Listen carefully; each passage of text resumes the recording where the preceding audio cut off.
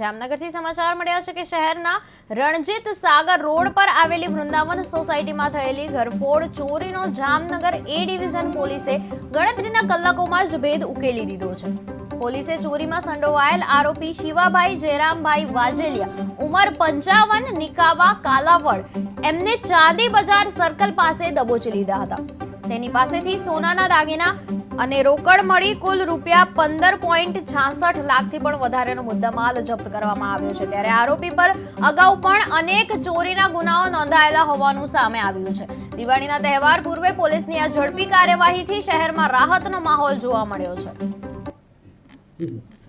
Jamnagar city એ ડિવિઝનના વૃંદાવન સોસાયટીમાં થોડા દિવસ પહેલા એક ઘરફોડ ચોરીનો બનાવ બનેલો હતો। આ ચોરીના બનાવના અનુસંધાને ભારતીય ન્યાય સંહિતાની કલમ 305 એ 331(3) અને 331(4) મુજબનો ગુનો સિટી એ ડિવિઝન પોલીસ સ્ટેશનમાં નોંધાયેલો હતો, જેની તપાસ સિટી એપીઆઈ શ્રી નિકુંજ ચાવડા દ્વારા ચાલી રહી હતી અને એના સર્વેલન્સ સ્ટાફમાં police head constable Yogendrasinh Nirubhai Sodha તથા એએસઆઈ રવિરાજસિંહ અને હેડ કોન્સ્ટેબલ વિપુલભાઈને અને રાજેન્દ્રસિંહ ડોડિયાને આ બાબતની હ્યુમન ઇન્ટેલિજન્સથી જાણવા મળેલું કે જે આ કામનો આરોપી છે એ સોના ચાંદીના જે દાગીના છે એ દાગીના સાથે અહીંયા ચાંદી બજારમાં વેચવાની ફિરાકમાં છે।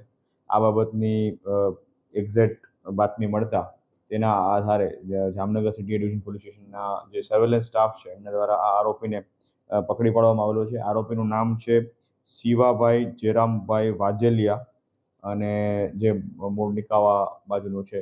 એના વિરુદ્ધ અગાઉ કાલાવડ રૂરલ પોલીસ સ્ટેશનના કાલાવડ ટાઉન પોલીસ સ્ટેશનમાં ગુના દાખલ છે, તેમજ રાજકોટ શહેરના જે ગાંધીગ્રામ પોલીસ સ્ટેશન છે ત્યાંની પણ ઘણી બધી ઘરફોડો દાખલ છે, ગુનાહિત ઇતિહાસ ધરાવે છે।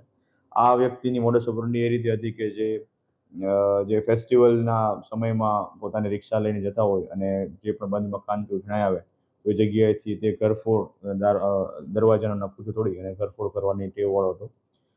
આ વ્યક્તિ પાસેથી હાલમાં અલગ અલગ દાગીનાઓ મળીને કુલ 9,17,000ના કુલ દાગીના તેમજ રોકડા 6,50,000 મળી કુલ 15,67,800 રૂપિયાનો મુદ્દામાલ મળી આવેલો છે અને આ રીતે એક સારું detection Jamnagar city agent police સ્ટેશનમાં કરવામાં આવેલું છે। હાલ આ આરોપીને અરેસ્ટ કરી અને કોર્ટમાં રજૂ કરવામાં આવેલો હતો, જેમાં પોલીસ કસ્ટડીના રિમાન્ડ 2 દિવસના મંજૂર થયેલા છે, જેથી કરીને આગળનું ઇન્વેસ્ટિગેશન એમાં